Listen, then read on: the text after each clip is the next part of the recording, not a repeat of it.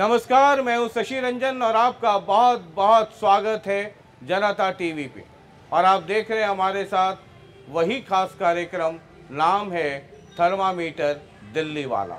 जी हाँ, अब ये मैं हर बार ये कह रहा हूँ कि भतेरे प्रोग्राम चल रहे हैं यूट्यूब पे यहाँ वहाँ, मेरा वाला दिल कमज़ोर हो तो मत देखा कीजिए।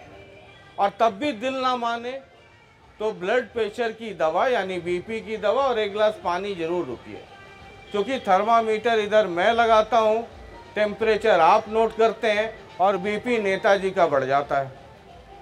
बहरहाल आज जिनको हम थर्मामीटर लगाने आए हैं वो बीजेपी के कैंडिडेट हैं सोनीपत से, विधायक बने।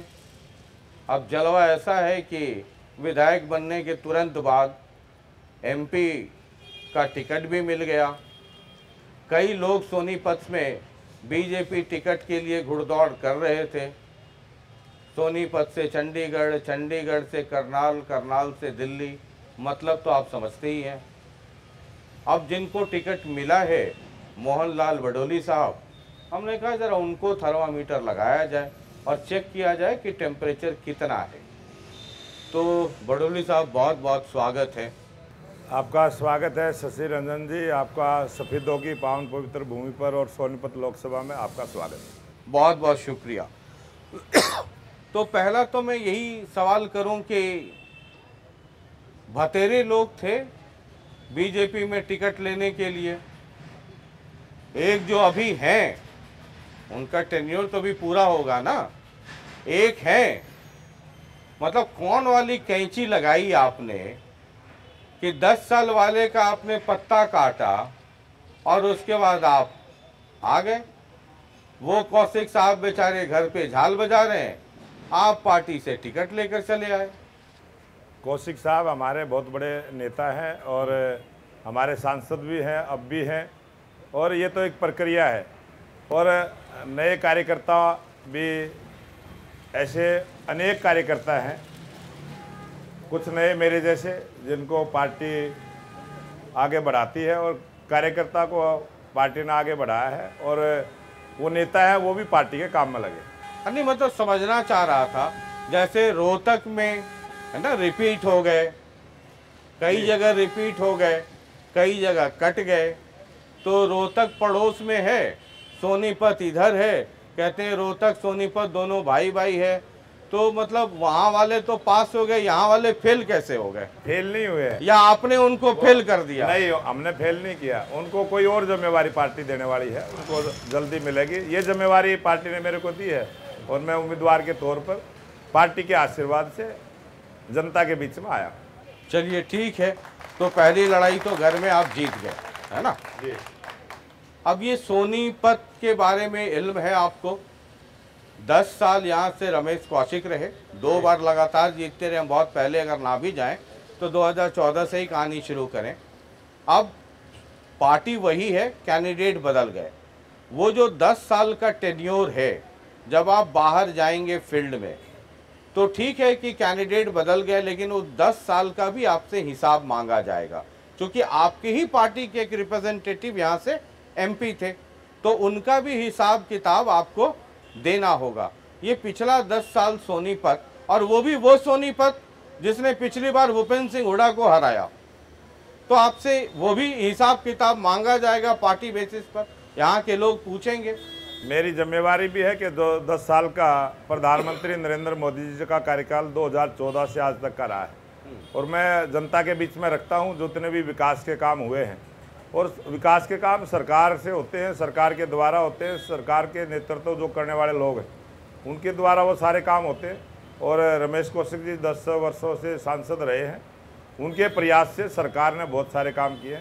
और लोकप्रिय प्रधानमंत्री नरेंद्र मोदी जी ने जो विकास की नई गाथा पूरे देश में रचने का काम किया है, और सोनीपत में उसकी बड़ी भागीदारी रही है, क्योंकि दिल्ली के नज़दीक थे, और दिल्ली के नज़दीक होने के बाद वास्ते जितने भी नेशनल हाईवे नए बने, 90,000 किलोमीटर के नेशनल हाईवे 2014 से पहले थे, और आज 1,40,000 किलोमीटर का नेशनल हाईवे जो बना है, जो नए नेशनल हाईवे बने हैं वो सारे नो नेशनल हाईवे सोनीपत से होके गुजरे हैं, उसका लाभ सोनीपत की जनता को मिला है।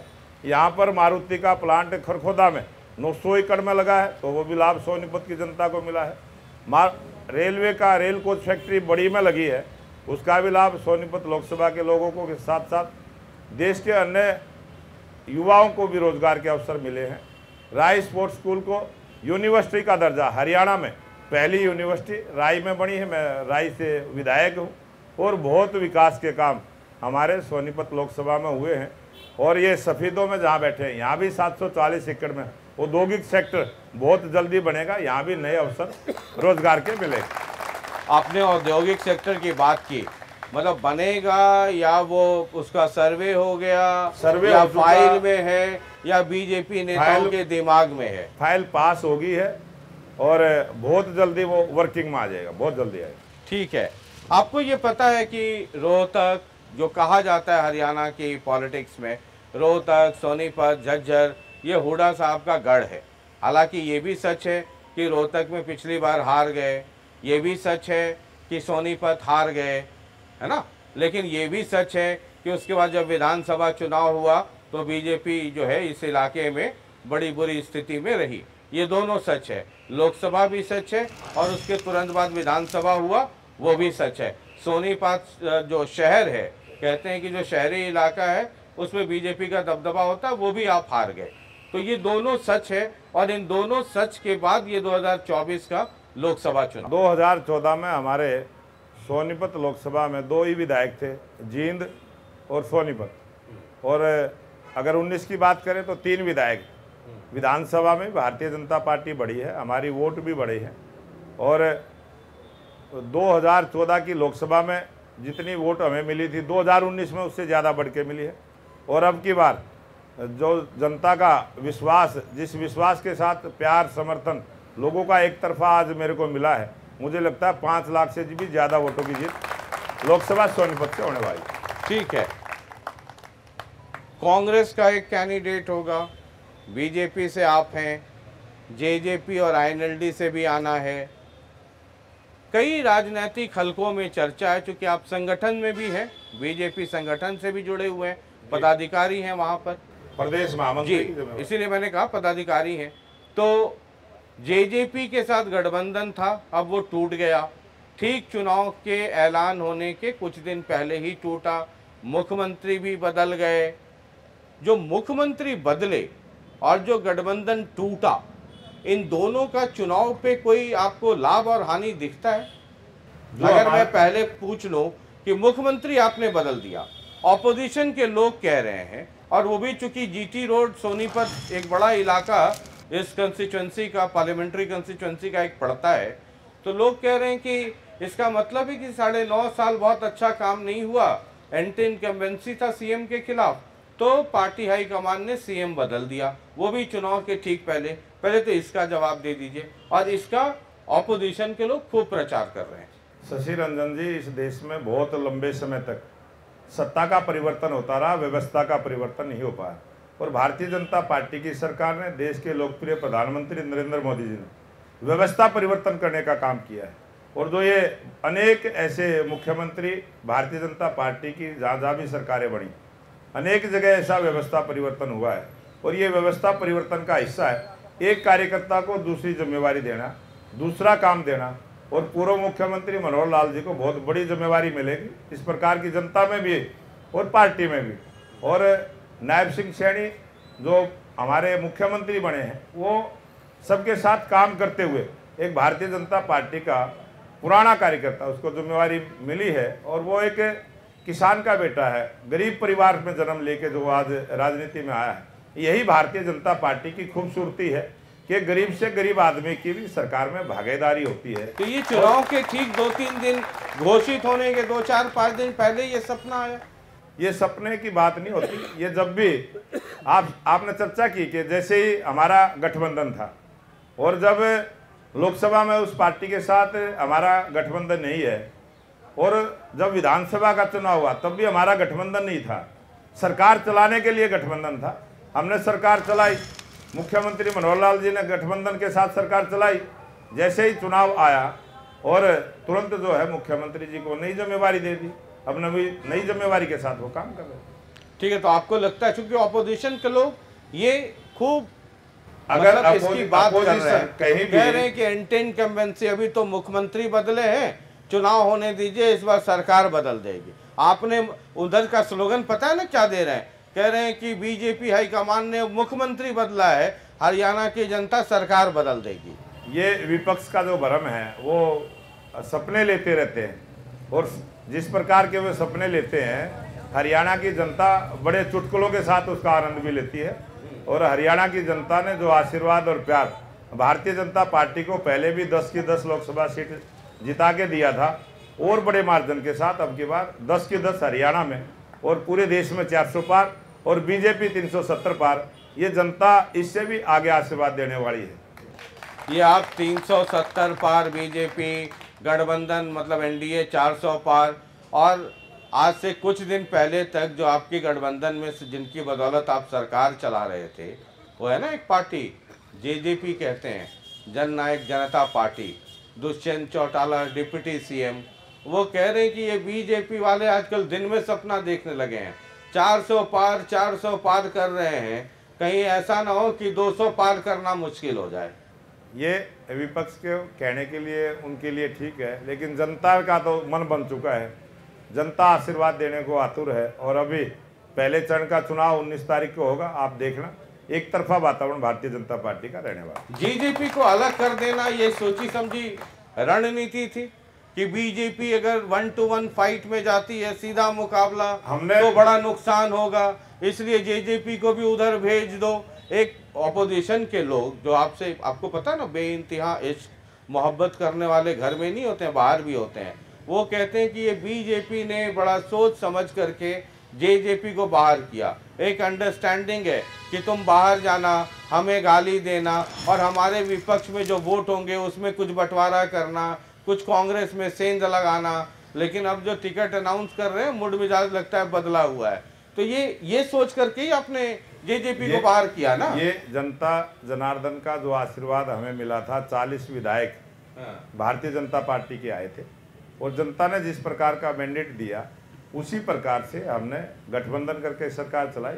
जनता के आशीर्वाद को हमने सलाम किया, नमस्कार किया, उसका सम्मान करते हुए हमने 4.5 साल जिनके साथ एक ही प्लेट में आइसक्रीम खा रहे थे, फलूदा खा रहे थे, गुलाब जामुन, एक प्लेट में 2 गुलाब जामुन, 2 चम्मच, इधर से बीजेपी वाले कांटा गड़ाए, उधर से जेजेपी वाले, अब वही कह रहे हैं कि 400 पार बहुत दूर है, 200 पार नहीं होगा।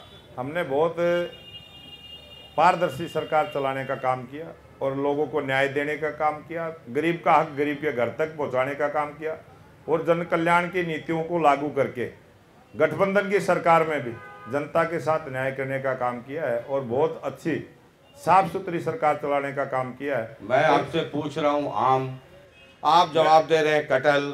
मैं कह रहा हूँ कि ये जेजेपी वाले कह रहे हैं कि ये 400 पार, शशि जी उनको जाके बताइए 200 आगे निकलना, 200 पार करना मुश्किल हो जाएगा। पिछले बार भी 75 पार कर रहे थे, आई थी कितनी? ये जिस पार्टी की आप बात कर रहे हो बात, अरे जेजेपी की कर रहा हूँ। हाँ, तो बोलने में दिक्कत हो रही है आपको। वो गठबंधन में 4.5 साल तक हमारे साथ रहे, बोलने में कोई दिक्कत नहीं, लेकिन आज विपक्ष का जो ठगबंधन बना है, मुकाबला ठगबंधन से है, वो किसी बंधन में नहीं है। वो आपने बंधन से आजाद कर दिया, वो आजाद है, बंधन से मुक्त है। हाँ, बंधन से मुक्त है। तो जो वो कह रहे हैं उसको मान लें कि ठीक है, कहना चाहिए। 25 तारीख तक तो जो भी कहेंगे। अच्छा, एक चीज बताइए, आप लोगों को दुख हो रहा है कि जेजेपी को जिस उम्मीद से बाहर किया था, ये उस उम्मीद में कि बाहर जाए, खूब गाली गलौज करे, बीजेपी को भला बुरा कहे, वो उस इंटेंसिटी से कह नहीं रही है, और वो मतलब ठंडे ठंडे चल रही है। तो जो आप लोगों ने प्लानिंग की थी कि बाहर जा करके तूफान मचाएगा बीजेपी के खिलाफ, वो इतना होशियार निकले कि वो चुपचाप चल रहे हैं, तो बाहर निकालना भी बहुत फायदेमंद साबित नहीं हुआ लगता है। जो भी जिस प्रकार का जनता ने मैंडेट हमें दिया था, उसी प्रकार से हमने सरकार चलाने का काम किया, जनता के साथ न्याय करने का काम किया, और अब चुनाव का समय है, जो काम उन्होंने करना है वो करेंगे, जो काम हमने करना है हम करेंगे। जो अरे तो ठगबंधन बना है, ठगबंधन तो कुछ तो बताया, सबको। अरे तो कुछ तो बताया होगा ना उनको कि बाहर जाके ये बोलना, ऐसे करना, ऐसा कैंडिडेट खड़ा करना, कुछ सिखा पढ़ा के तो भेजा होगा ना। वो बहुत पुरानी राजनीतिक परिवार के पार्टी है और वो बड़ी जेजेपी वाले में बड़ा जेजेपी वाले कह रहे थे कि बीजेपी ने जेजेपी को हज का समझ लिया। ये बहुत बड़ी भूल है उनकी। जेजेपी को हज का ना समझें। हम जेजेपी को जेजेपी समझेंगे और जो हज का थी वो आज बीजेपी है। और समय बलवान होता है, समय आप देखेंगे आगे भी क्या होगा। समय समय की बात है। एक आपके यहाँ दाढ़ी वाले बाबा हैं अनिल विज, जिनको आप लोगों ने आजकल मार्गदर्शक मंडल में भेज दिया है, संट कर दिया है। किसी ज़माने में यही अनिल विज 2014 के पहले मुझे याद है कुलदीप बिश्नोई को लंगड़ा घोड़ा और पता नहीं क्या क्या कहते थे। अब तो ठीक हो गया होगा, घोड़ा पैर वैर सब। हमारे जो है वरिष्ठ नेता हैं, वैसे भी आपकी वॉशिंग मशीन में जो आता है कोयला भी कोहिनूर बन के ही निकलता है। और हमारे भारतीय जनता पार्टी के नेता कभी किसी को ना लंगड़ा बोलते हैं और ना ऑन रिकॉर्ड है भाई। हम आप क्या बात कर रहे हैं? हम सबका सम्मान करते हैं। अरे ऑन रिकॉर्ड है, सम्मान की बात, ऑन रिकॉर्ड है अनिल विज। ये भारतीय जनता पार्टी के संस्कार में नहीं है, विचार में नहीं है। आप बोलिएगा, मैं आपके व्हाट्सएप पे भेज देंगे। अनिल विज मुस्कुराते हुए कह रहे हैं ये लंगड़ा घोड़ा, और तब बीजेपी और हजका का गठबंधन था। इसी पे दुष्यंत और ये लोग कहते हैं कि ये बीजेपी वाले हमें हज का ना समझे, हम जेजेपी हैं। ये जो आपने बात कही है ये मैंने तो सुनी नहीं है। मैं भेज दूंगा आपको। यहाँ बता दीजिए कितने लोगों ने सुना है। 99% हाथ उठा देंगे। इधर देखिए पुराने विधायक जी हैं। आप मेरे को भेज दें। ये ऑन रिकॉर्ड है। अगर जब हजका और बीजेपी का गठबंधन, ये मैं जिम्मेदारी के साथ जिम्मेवार पत्रकार हैं। आपको पता है बिना रिसर्च और मेरे इंटरव्यू में कहा है सर। आप दिखाएंगे मैं देख लूं। मेरे इंटरव्यू में कहा अनिल विज ने। चलिए गाड़ी आगे बढ़ाते हैं। जी जी। अभी कई जेजेपी के बीजेपी के नेताओं का बड़ा विरोध हो रहा है। आपका भी सुना कुछ जगह विरोध हुआ, तो जेजेपी के भी नेताओं का गांव में विरोध हो रहा है। हालांकि सब ये कह रहे हैं कि दूसरी पार्टी के वर्कर किसान का चोला पहन के जा रहे हैं। ठीक है, अपना अपना सबका कहना है। लेकिन नैना चौटाला का एक बयान आया, वो कहती हैं कि ये जो दुष्यंत, दिग्विजय या अजय सिंह का जो विरोध हो रहा है वो दुष्यंत और दिग्विजय से नाराजगी नहीं है। नाराजगी इस बात को लेके है कि बीजेपी के साथ क्यों गए, और ये जो विरोध वाली नाराजगी है ये बीजेपी से नाराजगी है। ये विरोध वाली जो बात है शशि रंजन जी आपने कही है, किसान यूनियन के लोग एक बार मेरे पास आए थे। नारा गांव का मामला था, बिजली का मामला था। और जिस गांव में नसीरपुर गांव में आए थे, आप वीडियो देखना, बिल्कुल मेरे सामने ऐसे बैठ के मेरी बातों को सुना है, मैंने उनकी बातों को सुना है और जो उनकी डिमांड थी वो 2 घंटे में पूरी भी की है। और आज कोई धरना नहीं है, किसी प्रकार का कोई विरोध नहीं। अभी 2 मंडियों का मामला सोनीपत लोकसभा का था, तीसरी मंडी एक जींद का भी मामला था। तीनों मंडियों का कल लेटर भी प्रेस में जारी हुआ है और वो समाधान भी किया। किसान की अगर कोई बात है, व्यापारी की अगर कोई बात है, किसी भी वर्ग की कोई भी बात है, भारतीय जनता पार्टी हमेशा उसका समाधान करती आई है और आगे भी करेंगे और अब भी किया है। एक चीज़ मुझे बदौली जी बताइए, है ना, हालांकि मैं तो बड़ी कड़वी बात करता हूँ। नहीं, आप मीठी बात कर रहे हो ना, करता हूँ कड़वी बात। ये राजनीति की मीठी बातें हैं जी। जातीय समीकरण कितना इम्पोर्टेंट है। कई बार जो पब्लिक है ना, वोटर, वो पॉलिटिकल पार्टीज को, नेताओं को ये कहती हैं कि ये बड़ा इस जात के कैंडिडेट को उतार दिया, उसको उतार दिया। हालांकि मेरा पॉइंट ऑफ व्यू बड़ा डिफरेंट है, क्योंकि लोग जात के आधार पे वोटिंग करते हैं, इसीलिए पॉलिटिकल पार्टीज भी जात का सहारा लेती है कैंडिडेट उतारने में। ये कितनी कड़वी सच्चाई है। मैं नेताओं को और पॉलिटिकल पार्टीज को कभी दोष नहीं ठहराता उनका, क्योंकि हम वोटिंग करते हैं उस आधार पर, तो उधर वाले भी उसी आधार को अपनाते हैं, क्योंकि जीतना इंपॉर्टेंट है। कुछ टाइम ऐसा जरूर रहा था, जो शशि रंजन जी आपने बात कही है कि जाति के आधार पर बहुत सारे क्षेत्रीय दलों ने जातिवाद को बढ़ावा देने का काम देश में किया है। लेकिन आज देश में ना जातिवाद चलेगा, ना क्षेत्रवाद चलेगा, ना परिवारवाद चलेगा। आज देश में चलेगा तो राष्ट्रवाद चलेगा। और हमारे देश की जनता जागरूक हुई है और देश की जनता ने सोचना शुरू किया है, देश के बारे में सोचते हैं। और आप पिछला चुनाव भी आपने देखा था, जातिवाद क्षेत्रवाद कम हुआ था और जो क्षेत्रीय दल थे वो बहुत कमज़ोर हुए। और जो पार्टी, जो कांग्रेस पार्टी हमेशा से ही फूट डालो राज करो की राजनीति करती रही, उन्होंने किसी विचार को आगे नहीं बढ़ाया।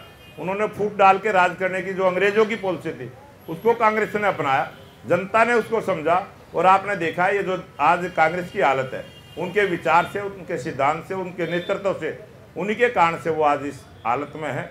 और इस 2024 के चुनाव में बहुत कुछ नया होने वाला है और भारतीय जनता पार्टी का जो गठबंधन 400 पार का है, बहुत आगे जाएगा, बहुत आगे जाएगा। कांग्रेस के लोग कहते हैं, एक आजकल वो उनके यहाँ गाना बज रहा है, 6 उधार आधे भागने को तैयार, फिर भी नारा है 400 पार।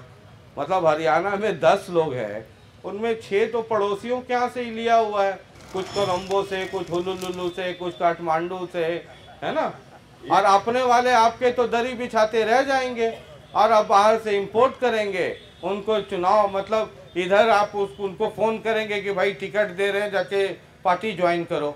उनके पार्टी ज्वाइन करने के पहले टिकट अनाउंस हो जाता है, बैक टाइम में उनकी ज्वाइनिंग कराई जाती है। मतलब और अपने वाला जो कार्यकर्ता है, मतलब कई बार मैं ये सोचता हूँ बहुत गंभीरता से, 10 साल हो गए, आपकी पार्टी की सरकार वाजपेयी जी के ज़माने में भी थी, पहले भी थी, और सरकार आना नहीं आना एक अलग मसला है, लेकिन एक विचारधारा, एक कैडर बेस्ड पार्टी है।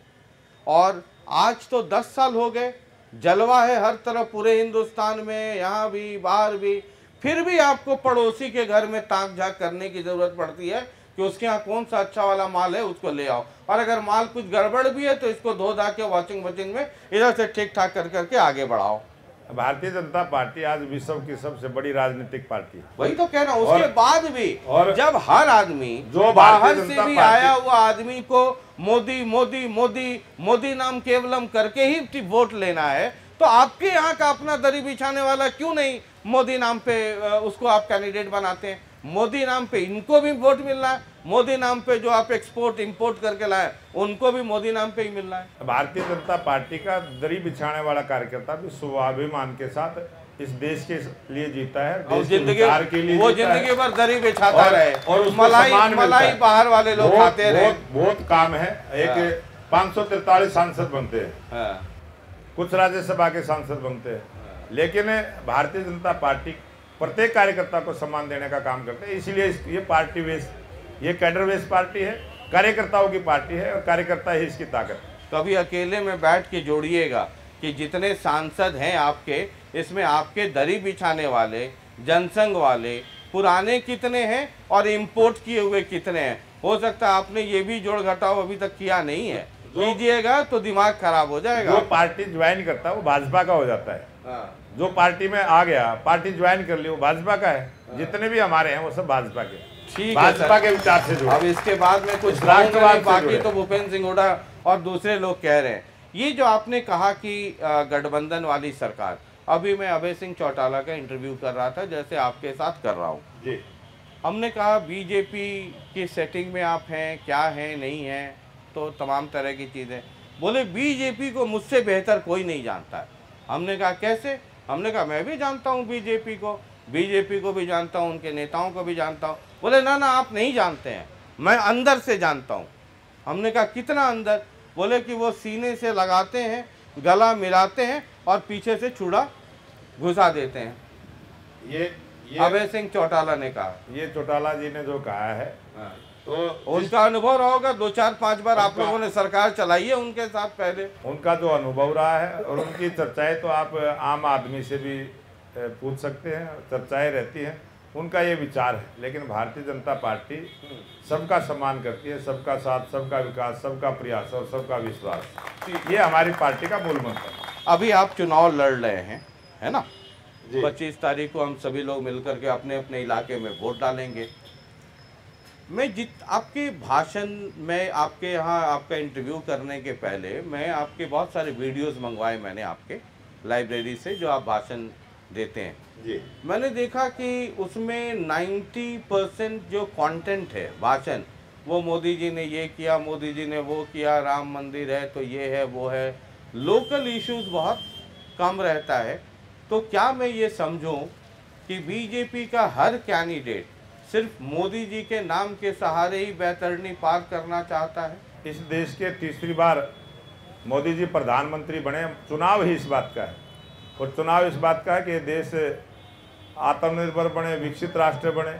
जो मोदी जी ने जिस बात को आगे बढ़ाया है, ये चुनाव उन सब मुद्दों को लेके है, राष्ट्रीय मुद्दों को लेके है, और बहुत सारे लोकल मुद्दे भी उसमें शामिल रहते हैं।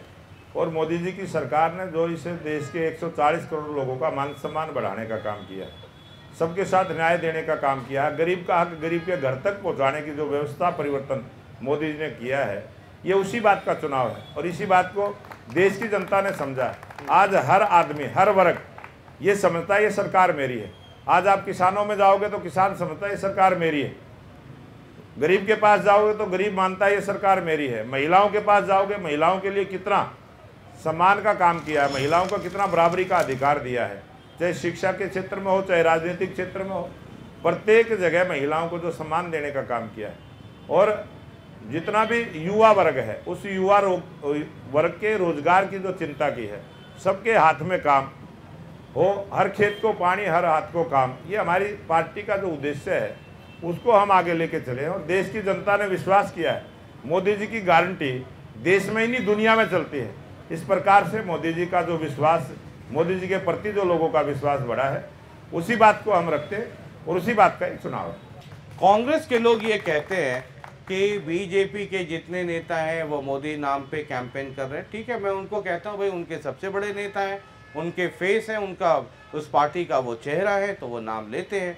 वो कहते हैं कि बीजेपी वालों से मुलाकात हो तो उनसे ये पूछिएगा कि ये जो मोदी की गारंटी ये आजकल चल रहा है, ये मोदी जी की गारंटी है, मोदी जी की गारंटी है। एक और चल रहा है कि ये ट्रेलर है और फिल्म जो है वो अभी होनी बाकी है, फिल्म पूरी आएगी। कांग्रेस के लोग कहते हैं कि महंगाई इतनी बढ़ गई, गैस का सिलेंडर 400-500 रुपये से 1000 क्रॉस कर गया, पेट्रोल 100 क्रॉस कर गया, है ना, बेरोजगारी दर इतना बढ़ गया। अगर ये ट्रेलर है तो सोचिए फिल्म कैसी होगी। ये बीजेपी के लिए, कांग्रेस के लोग लगातार जितना बढ़िया आपने जो बताया ट्रेलर है, ट्रेलर से भी अच्छी फिल्म होगी। और जो हमने ट्रेलर दिखाया है उससे भी और अच्छे बढ़ के काम करेंगे, अच्छे काम करेंगे और भी बढ़िया काम करेंगे। तो ये उनकी सोच है। जिन्होंने ना कुछ ट्रेलर दिखाया ना कुछ काम किया। देश को जो भ्रष्टाचार की जननी कांग्रेस पार्टी रही, देश में जो गरीबों के साथ अन्याय करने का काम कांग्रेस पार्टी ने किया, जो कांग्रेस पार्टी ने इस देश की जनता के साथ जो धोखा किया, जो पाप किया, उसी का परिणाम है जो आज जनता के आशीर्वाद से कांग्रेस उस हालत में पहुंची। जो कांग्रेस का आरोप है कि महंगाई बढ़ गई है ना, करप्शन बढ़ गया, वो कहते हैं कि बेरोजगारी बढ़ गई, ये इससे आप 2014 में जब हमारी सरकार आई, 2014 से पहले का बार और 2014 के बाद का बार, ये देश की जनता ने देखा है। और उसी जनता ने जो देखा है उसी पर उन्होंने विश्वास किया है और क्राइम भी कम हुआ है। 2014 से पहले के आंकड़े, क्योंकि आपके पास सब होते हैं, आप वो दिखाएंगे और जो 2014 के बाद का दिखाएंगे तो लोगों की समझ में भी आएगा, कांग्रेस के लोगों की भी समझ में आएगा। ये आरोप लगाने का जो काम आज देश में शुरू से वाले लोग दिखाते हैं, बोलते हैं ये देखिए 2014 में गैस सिलेंडर का दाम इतना था, 2024 में इतना है, वो दिखा रहे हैं। वो जो दिखा रहे हैं वो हम भी दिखा रहे हैं कि किस रेशो से महंगाई बढ़ती है। और भारतीय जनता पार्टी की सरकार ने महंगाई को रोकने का काम किया है और उसी का परिणाम है कि जितने भी आज देश में काम हुए, आज सुई से लेके जहाज तक भारत में बनता है। आज हर चीज़ का निर्माण भारत में होता है। आप सबने अनेक मौक़ों पर देखा और 10 वर्ष तक देश की जनता ने देखा है। जो देश की जनता ने देखा है उसी से देश की जनता का विश्वास बढ़ा है। उसी वजह से आज मोदी जी की गारंटी पूरे देश में चली। कांग्रेस के लोग कहते हैं कि एक इमरजेंसी इंदिरा गांधी ने लगाया था, है ना, उसका खामियाजा उन्हें भुगतना पड़ा। एक अनसेट, अघोषित इमरजेंसी है, एक खौफ का माहौल है। कांग्रेस और नॉन बीजेपी या नॉन एनडीए जितने लोग हैं वो ये कहते हैं कि अगर आपने बोला तो ईडी भेज दिया। इतने पुराने केस में कांग्रेस का अकाउंट ठीक चुनाव के पहले फ्रीज कर दिया। अरविंद केजरीवाल को, हेमंत सोरेन को जेल भेज दिया, है ना। ये जब चुनाव शुरू हुआ, वो कहते हैं मनी ट्रेल मिला नहीं, लेकिन जेल के अंदर कर दिया। और वो लोग जिनके ऊपर चार्जेस था, खुद बीजेपी चार्ज लगाती थी, उनको अपने यहाँ लिया। उनमें से कई का तो मामला भी साफ हो गया। लेकिन अपोजिशन को दबाने के लिए ईडी, आईटी, सीबीआई, इन सबों का इस्तेमाल हो रहा है। ये टोटल सरकारी एजेंसी है, ये स्वतंत्र हैं और जो जैसा करता है उसी हिसाब से उसकी इंक्वायरी भी होती है। और जिन लोगों ने देश में अपराध किया है, भ्रष्टाचार किया है, उन्हीं लोगों को सरकारी एजेंसियों ने पकड़ने का काम किया है। कानून अपना काम करता है। राजनीति के साथ जोड़ने का विपक्ष का ये प्रयास है और ये जनता जागरूक है। आज जनता सब जानती है। पहले कोई एक ज़माना था जब देश के जो क्षेत्रीय दलों के नेता गांव की चौपाल में बोलते थे कि ये जो बिजली का प्लांट लगा है भाखड़ा बांध पे, पानी में से बिजली निकाल ली, ये पानी जो आएगा ये आपके खेत को खराब करेगा। ये एक समय था जब लोग भ्रम में आते थे, लेकिन आज लोग भ्रम में आने वाले नहीं हैं। ये प्रयास करते हैं इस प्रकार का। ईडी अपना काम करती है, सीबीआई अपना काम करती है। जो अपराध करेगा अपराधी को सजा मिलेगी। ये हमारे देश की कानून की व्यवस्था है। हमारे सर्वोच्च न्यायालय के द्वारा न्याय सबको मिलता है, सबको न्याय मिलता है। और कुछ लोग आज जेल में हैं, कुछ बेल पे हैं। उन्होंने पाप किया है तो उनको सजा मिली। चलिए, बहुत बहुत शुक्रिया। तो ये चुनाव आपका भी सिर्फ मोदी नाम केवलम ही है, या भाषण में बताते हैं कि ये ऐसे बना दिया 10 साल में, या ये बताने में तकलीफ होती होगी कि जिसने किया था उसका टिकट काट कर आप आ गए। मतलब कई पेच रहता है ना, तलवार की धार पे चलना पड़ता है। हमारी सरकार ने जो काम किया है वो हम जनता के बीच में रखते हैं। जनता उसका जवाब देती है, उसका समर्थन करती है और आशीर्वाद देती है। उसी आशीर्वाद के सहारे भारतीय जनता पार्टी की बहुत बड़ी जीत होने वाली है। बहुत बहुत शुक्रिया हमसे बातचीत करने के लिए। बैठे रहिए।